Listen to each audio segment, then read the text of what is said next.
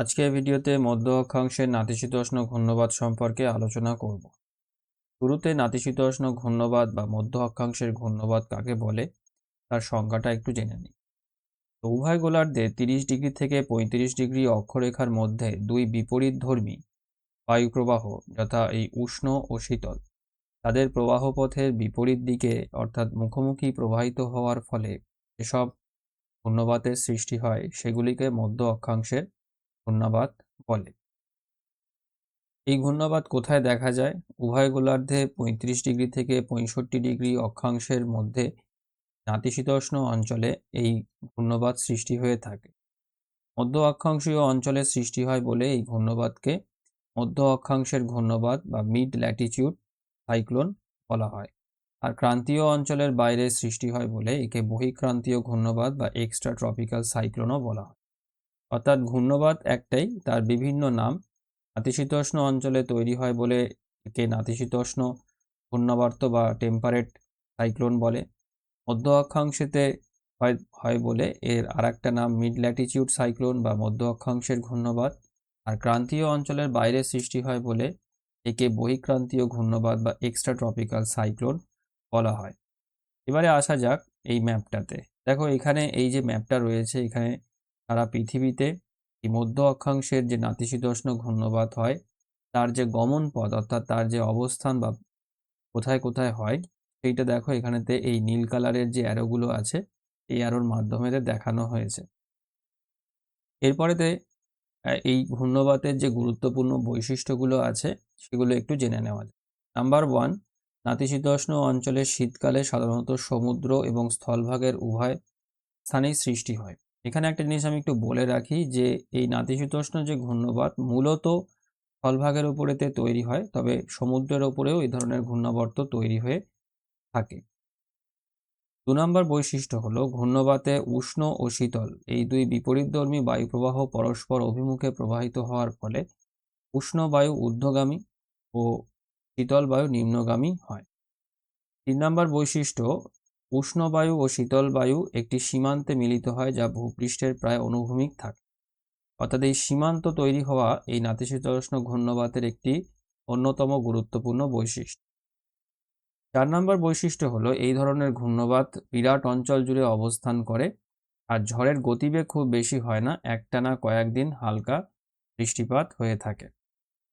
এবারে আসি এই নাতিশীতোষ্ণ ঘূর্ণবাতের জীবনচক্র, কিভাবে এই ঘূর্ণাবর্তের উৎপত্তি এবং শেষ হয়। প্রথম পর্যায়ে দেখা যায় যে দুটি ভিন্নধর্মী বায়ু পর্যায়ক্রমে নিচে উষ্ণ ও আর্দ্র এই পশ্চিমা বায়ু এবং উপরে শীতল ও শুষ্ক মেরু বায়ু, অর্থাৎ এই উষ্ণ আর্দ্র আর শীতল শুষ্ক বায়ু এই পাশাপাশি অবস্থানে থেকে বিপরীত দিকে প্রবাহিত হয়। আর অসম উষ্ণতা ও আর্দ্রতা সম্পন্ন বায়ুপ্রবাহ পাশাপাশি থাকার ফলে উভয়ের মাঝে এক বিচ্ছেদ রেখা সৃষ্টি হয়ে থাকে। তোমরা এই ছবিটা দেখো, এইটা হলো সেই বিচ্ছেদ রেখা বা যেটাকে আমরা সীমান্ত বলি। এই সীমান্তের উপরে থাকছে শীতল বায়ু আর নিচে থাকছে উষ্ণ বায়ু, এবং দুটো বায়ুর প্রবাহের যে দিক তারা পরস্পরের বিপরীত দিকে। এটা হলো এই ঘূর্ণাবর্তের একদম প্রথম অবস্থা। এরপরে দ্বিতীয় পর্যায়েতে কি হয় না, এই উষ্ণ বায়ু হালকা এবং শীতল বায়ু ভারী বলে উভয়ের এই সীমান্ত বরাবর এক অস্থির অবস্থা ও আলোড়ন সৃষ্টি হয়। এই অবস্থায় একটি সীমান্ত থেকে দুটি সীমান্ত তৈরি হয়, অর্থাৎ একটা হলো এই উষ্ণ সীমান্ত আর একটা শীতল সীমান্ত। উষ্ণ সীমান্তের ক্ষেত্রে দেখা যায় যে এই উষ্ণ সীমান্তে এই উষ্ণ বায়ু স্ফীত হয়ে শীতল বায়ুর দিকে বেশি এগিয়ে যায় এবং প্রচণ্ড চাপ সৃষ্টি করে উপরে ঠেলে উপরে ওঠার চেষ্টা করে। একে এই উষ্ণ সীমান্ত বলে। অর্থাৎ এই উষ্ণ, দেখো এই যে উষ্ণ যে বায়ু রয়েছে এই বায়ু হালকা, এ কারণে এ ঊর্ধ্বগামী হতে যায়। এবার এই যখনই ঊর্ধ্বগামী হবে এই ওপরের যে শীতল বায়ু রয়েছে তাকে ঠেলে উপরের দিকে উঠবে, এবং যখন এই যে জায়গাটাতে এই উষ্ণ বায়ু সক্রিয় হয় সীমান্তের যে জায়গাটাতে, সেইখানটাতে অর্থাৎ এই যে জায়গাটা এইখানটায় তৈরি হয় উষ্ণ সীমান্ত। এবার শীতল সীমান্তের ক্ষেত্রে দেখো এই নিম্নমুখী শীতল বায়ুপ্রবাহ উষ্ণ প্রবাহের যে অংশে আঘাত করে নিচে নামার চেষ্টা করে তাকে শীতল সীমান্ত বলে।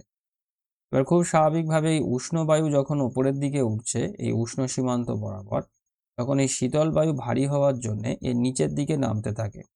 এবং এই যে সীমান্তের যে অংশটা বরাবর এই শীতল বায়ু সক্রিয় হয় তাকে এই শীতল সীমান্ত বলে। অর্থাৎ দ্বিতীয় পর্যায়ে এই দুটো সীমান্ত তৈরি হওয়ার ঘটনা ঘটে।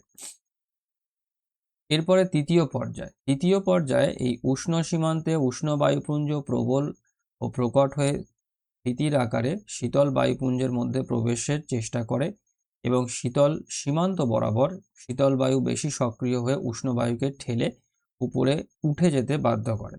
উষ্ণ ও আর্দ্র বায়ু যতই ওপরে ওঠে তত ঘনীভূত হয় এবং বৃষ্টিপাত ঘটায়। অর্থাৎ আরও 3 নম্বর পর্যায়ে এসে দেখা যায় যে উষ্ণ বায়ু আরও ওপরের দিকে ঠেলে ওঠার চেষ্টা করে, আর যত এ ওপরের দিকে উঠবে তত এই শীতল বায়ু কী করবে, উপর থেকে নিচে আরও নামবে এবং আলটিমেটলি কী হবে, এই শীতল সীমান্ত বরাবর এই শীতল বায়ু কী করছে, এই উষ্ণ বায়ুকে ঠেলে আরও উপরের দিকে তুলে দিচ্ছে।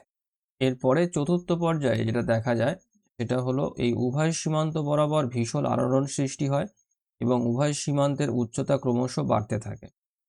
শীতল বায়ু ভারী এবং বেশি গতিশীল বলে শীতল সীমান্ত উষ্ণ সীমান্তের কাছাকাছি চলে আসে। অর্থাৎ আরও এই পর্যায়টা আরও মানে ভীষণ আকার ধারণ করে। অর্থাৎ এই উষ্ণ বায়ু আরও উপরের দিকে উঠতে থাকে এবং আলটিমেটলি শীতল বায়ু আরও নিচের দিকে নামতে থাকে এবং নেমে এই উষ্ণ বায়ুকে পিছন দিক থেকে ঠেলে আরও উপরের দিকে উঠতে বাধ্য করে।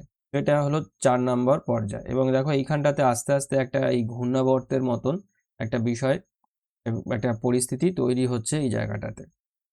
এবার এই পঞ্চম পর্যায়ে এটা একদম পুরো কি হয় দেখো, যে শীতল ও উষ্ণ বায়ুপুঞ্জ ক্রমশ ওপরে উঠে চক্রাকারে ঘুরতে ঘুরতে পরস্পরকে ঘিরে ফেলার চেষ্টা করে। তখন বেশি সক্রিয় শীতল সীমান্ত অচিরেই উষ্ণ সীমান্তকে ধরে ফেলে এবং পরস্পর মিলিত হয়ে একটি সীমান্তে পরিণত হয়।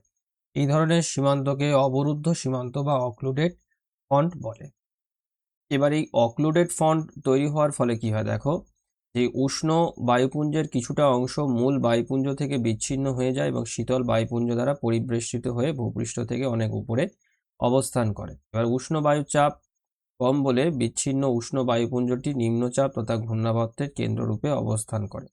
এই অবস্থায় ঘূর্ণাবর্ত পরিপূর্ণতা লাভ করে। অর্থাৎ এই উষ্ণ বায়ু ওপরের দিকে উঠে যায়, আস্তে আস্তে এইখান থেকে উষ্ণ বায়ু উপরে উঠে যায় এবং শীতল বায়ু নিচে নেমে এসে কি করে না, এই উষ্ণ বায়ুকে সম্পূর্ণ এই ভূপৃষ্ঠ থেকে বা এই যে একদম এইখান থেকে পুরো কাট করে ফেলে এই জায়গাটা থেকে, এবং এর মধ্যে এই উষ্ণ বায়ুর একটা অংশ এর মধ্যে থেকে যায় এই জায়গাটাতে, এবং এই থেকে যাওয়ার ফলে এইটাই পরবর্তী সময়ে তৈরি হয়ে যায় ঘূর্ণবাতের কেন্দ্র, যেটা খুব উষ্ণ থাকে।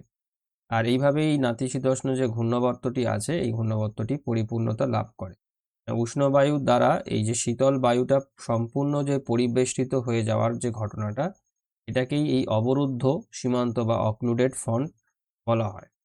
এরপরে একদম শেষ পর্যায়ে যেটা, সেই শেষ পর্যায়েতে ষষ্ঠ পর্যায়েতে কি হয়, শীতল বায়ু দ্বারা এই বেষ্টিত থাকা উষ্ণ বায়ুপুঞ্জটির উষ্ণতা ও আর্দ্রতার যোগান বন্ধ হয়ে যায়, যার আর কোনো শক্তির উৎস থাকে না। এর ফলে উষ্ণ বায়ুপুঞ্জটি ক্রমশ শীতল বায়ুপুঞ্জের মধ্যে মিশে যায় এবং ঘূর্ণাবর্তটি ক্ষীণ থেকে ক্ষীণতর হয়ে ধীরে ধীরে মিলিয়ে যায়, অর্থাৎ ঘূর্ণাবাতের অবসান ঘটে। অর্থাৎ এই 6 নম্বর পরিস্থিতি, অর্থাৎ এর মধ্যে থাকা যে উষ্ণ যে বায়ুটা সেটা ছিল তার তাপমাত্রা আস্তে আস্তে কমে যেতে থাকে, কারণ এর চারিদিকে এই যে শীতল বায়ু পুরো বেষ্টিত করে থাকার জন্য এর মধ্যে এই তাপমাত্রাটা আস্তে আস্তে কমে যায় এবং আলটিমেটলি এই উষ্ণ যে বায়ুটা বা উষ্ণ এটার কোনো আর অস্তিত্ব থাকে না। এটা সম্পূর্ণ এই শীতল বায়ু দ্বারা অধিগৃহীত হয়ে সম্পূর্ণ এর সঙ্গে মিশে যায় এবং আবারও ভূপৃষ্ঠেতে একদম সেই প্রথম মানে ভূপৃষ্ঠের সঙ্গে অনুভূমিকভাবে এই প্রথম পর্যায়ে যেরকম আমরা দেখেছিলাম পরস্পর বিপরীত দিকে দুটো বায়ু প্রবাহিত হচ্ছে, একটা শীতল একটা উষ্ণ, এই সীমান্ত বরাবর এইরকম বায়ু প্রবাহিত হতে থাকে এবং এই ঘূর্ণবাতের অবসান হয়ে যায়। এইভাবেই নাতিশীতোষ্ণ যে ঘূর্ণবাতটি আছে এটা এই পরিণতি পায়। সব শেষে এই ছবিটা দেখো, তোমরা ছবিটা দেখলে দেখতে পাবে, যেটা আমি পার্ট পার্ট করে তোমাদেরকে দেখালাম এটা একবারেতেই আছে।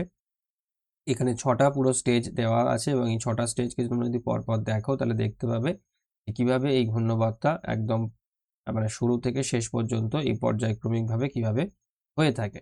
আচ্ছা, এরপরে একদম শেষেতে আমরা এই ঘূর্ণবাতের যে প্রভাব সেই প্রভাব সম্পর্কে একটু আলোচনা করব।